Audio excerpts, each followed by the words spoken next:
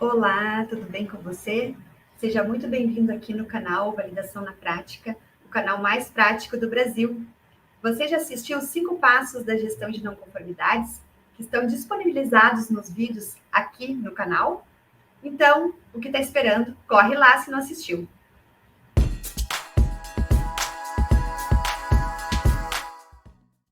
Vamos falar nesse vídeo sobre o 6º passo da gestão de não conformidades. Agora, vamos relembrar os passos da gestão de não conformidades que tratamos aqui. No primeiro vídeo, eu trouxe para vocês o primeiro passo da gestão de não conformidades, que é o planejamento. Depois aprendemos como organizar e realizar o segundo passo do processo de gestão de não conformidades, que é o treinamento das partes interessadas. No terceiro vídeo, vimos como cadastrar a não conformidade. E na sequência, o relatório de não conformidades é aprovado. Geralmente, quem aprova é a garantia da qualidade, que acompanha todas as etapas do processo de gestão de não conformidades. Assim, podemos passar para o 5º passo, onde definimos ações imediatas, que são ações de contenção e correção.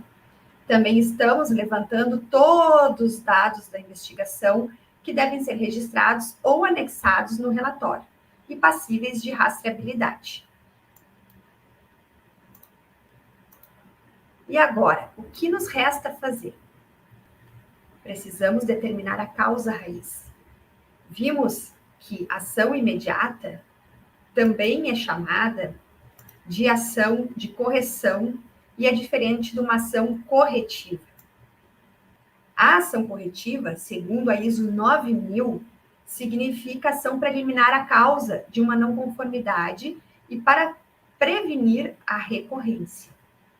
E para determinarmos a ação para esta causa raiz, naturalmente, precisamos saber qual é a causa raiz do problema. A ISO, ela diz que temos que avaliar a necessidade de ação para eliminar as causas da não conformidade, a fim de que ela não se repita, a tal da recorrência. O que diz a RDC 301 de boas práticas de medicamento? Na seção 5, tem um item específico sobre análise de causa raiz e ações corretivas e preventivas. Diz que a análise de causa raiz deve ser aplicada durante a investigação dos desvios de qualidade. Veja bem a palavra deve e desvios de qualidade no artigo, né? Então, eu falei para vocês que a ISO e a RDC, elas estão bem alinhadas, e quando a gente aplica os conceitos da ISO na gestão de não conformidades, acaba atendendo as duas normas. Lembram disso? Então, preste muita atenção nesse detalhe que eu vou falar agora, pois sempre existe uma exceção que nos escapa. Essa informação que eu vou passar é uma questão de interpretação, que faz muita diferença na hora da gente aplicar os conceitos da ISO e da RDC 301 de boas práticas de medicamento. Pelo que consta na IDC 301, sempre será necessário ações corretivas para tratar a causa raiz dos desvios de qualidade, diferente do que diz a norma ISO 9001. Entendo que ainda existe um caminho a ser percorrido, para ter uma harmonização dos conceitos das normas. Até porque precisamos priorizar o que é mais importante de ser atacado. E a empresa tem que ter uma autonomia para avaliar o tipo de não conformidade e as ações e os tipos de ações que ela vai aplicar, quais as ações que de fato são necessárias. Então, na prática, pelo que consta na ISO, podemos encerrar um relatório de não conformidades com ações de correção, dependendo do tipo e da avaliação da não conformidade. Porém, para as boas práticas de fabricação de medicamento, é necessário identificar a causa raiz e tomar ações corretivas sempre que houver um desvio de qualidade. A IDC 301, ela também menciona o erro humano. Quando houver suspeita de erro humano ou este for identificado como a causa de um desvio de qualidade, este deve ser formalmente justificado. para garantir que causas reais relacionadas aos processos, procedimentos ou sistemas não sejam mascaradas ou negligenciadas. Não sejam mascaradas e negligenciadas. Então, a gente não pode ficar colocando a culpa sempre no erro humano. Existe uma tendência, né, disso acontecer. A gente não pode. E é o tipo de coisa que os auditores certificados da ISO questionam muito e geralmente não aceitam como causa raiz. Até quando apareceu esse assunto na RDC, eu já trabalhava com a ISO 9001, já tínhamos certificação, me causou estranheza, me surpreendeu, assim, ter uma brecha aí nessa questão do erro humano. Mas, ao mesmo tempo, diz que tem que ser justificado. Então, vamos ver o que o auditor vai aceitar como justificativa, né? Ainda consegue ser interpretativo, tudo é muito interpretativo. Mas os auditores da ISO, eles não aceitam, geralmente, como eu falei, se a pessoa errou, teve algum motivo, foi excesso de trabalho, foi falta de mão de obra qualificada, faltou algum dispositivo ou não existia um dispositivo à prova de falha humana no processo, é o famoso Pokayoke. E o que é o Pokayoke? Para quem não sabe.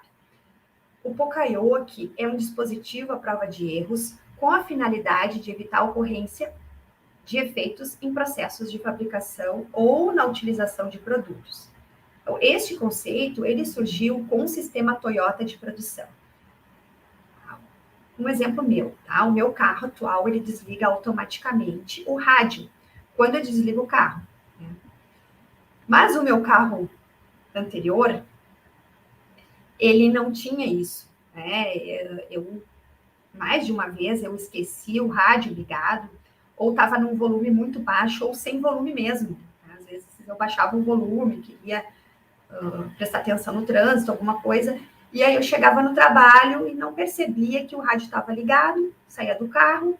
Quando eu voltava no final do dia, eu tinha que chamar o guincho, porque o carro estava sem bateria. Aí eu chamava o seguro, e o seguro vinha para recarregar ou trocar a bateria, não chegava a ser o guincho, porque dava para trocar às vezes no local mesmo. Mas era ruim. Agora eu comecei a perceber com o meu carro novo que isso não acontece mais. Então, o carro ficava totalmente sem bateria e não dava partida. Então, assim, no Brasil, as primeiras fábricas a utilizarem algum método Pokayoke, elas foram as empresas construtoras de veículos, né, como a Volkswagen, a Ford. Elas adotaram a prática que era utilizada nas montadoras japonesas.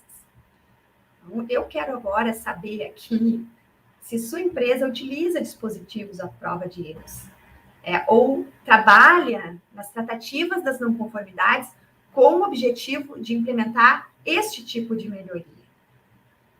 Pense sobre isso e evite colocar a culpa no erro humano.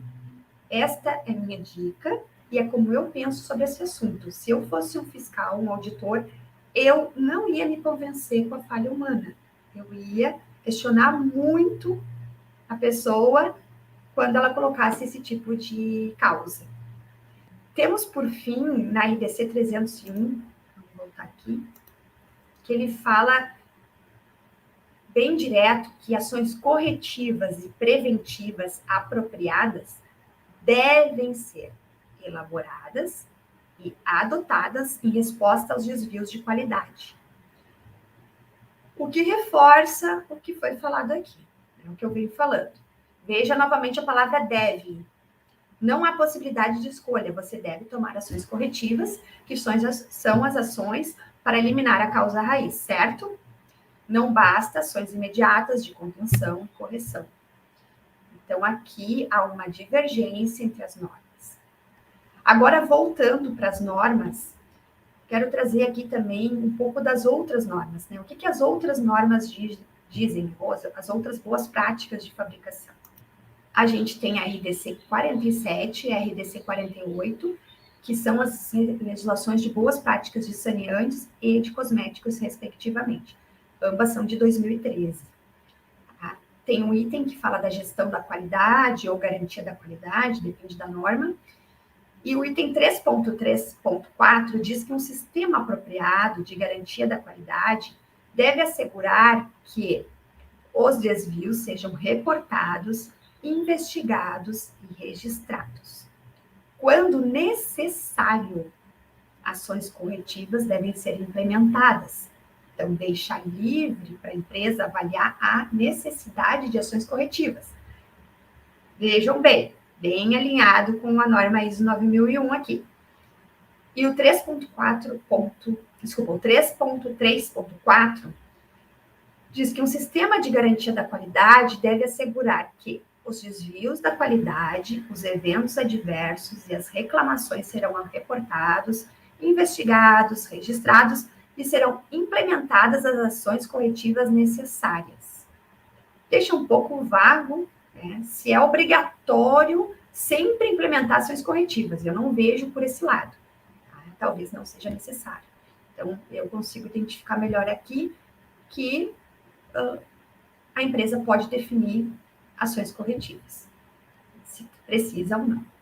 Então, vemos aqui diretrizes mais flexíveis, que estão mais de acordo com a norma ISO 9001.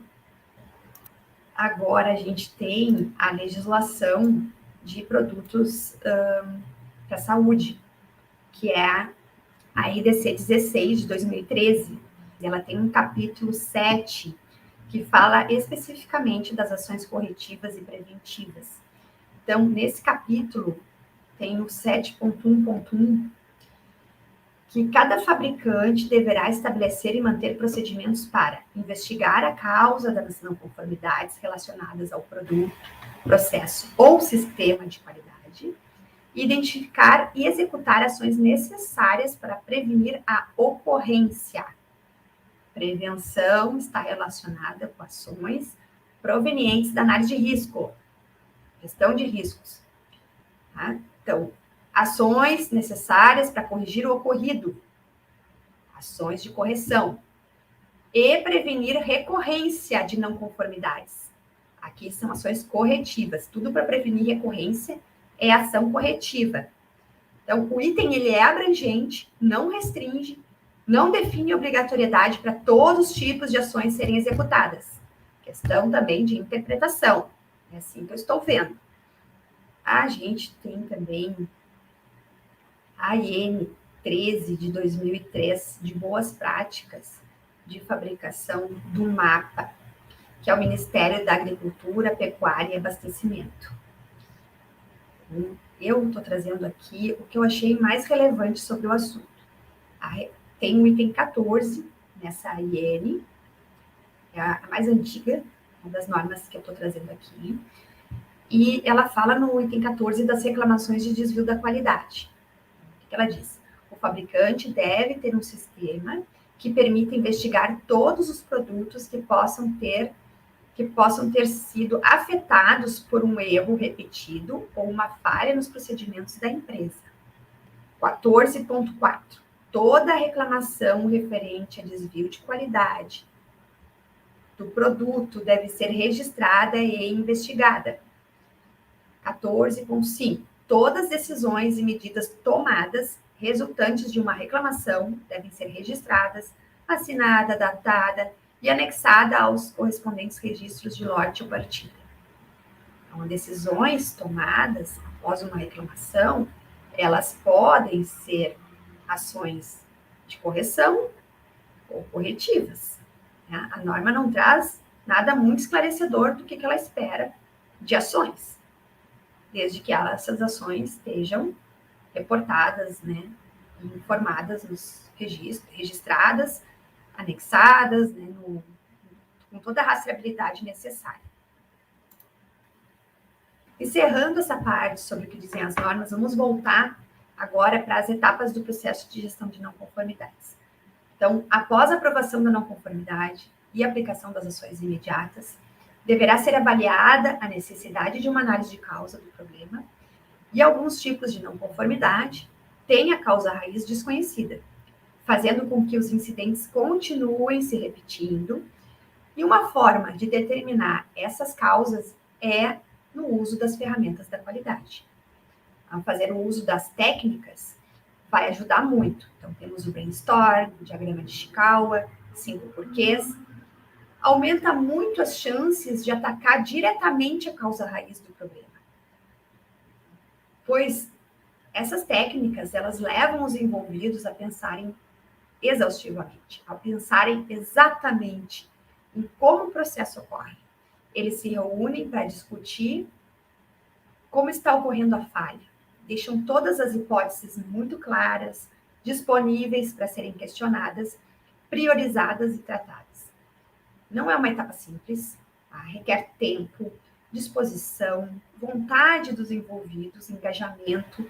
Muitas vezes as pessoas, né, os participantes, eles estão muito focados na sua rotina, nos seus problemas, da sua área, do seu setor. E tem aquela dificuldade também de mudar hábitos. É imprescindível aqui que o responsável por conduzir a reunião, ele conheça as ferramentas que vão ser utilizadas, domine essas ferramentas, tenha o histórico da investigação até o momento da reunião, o que já foi tratado, o que já foi investigado, o que já foi rastreado, tenha disciplina, poder de condução. Então, eu vejo a garantia mais preparada porque ela precisa ser, a pessoa que conduz, ela precisa ser imparcial. Ela tem que ter o poder de questionar qualquer coisa que considere pertinente e ter uma visão sistêmica do processo, saber o que está impactando. Às vezes, um problema começa a impactar em outras áreas, em outras situações. Então, essas são algumas dicas. E aí, ficaram curiosos para saber as metodologias utilizadas durante as reuniões? Então não perca os próximos vídeos, onde eu estarei detalhando cada ferramenta a ser utilizada. Até o próximo vídeo.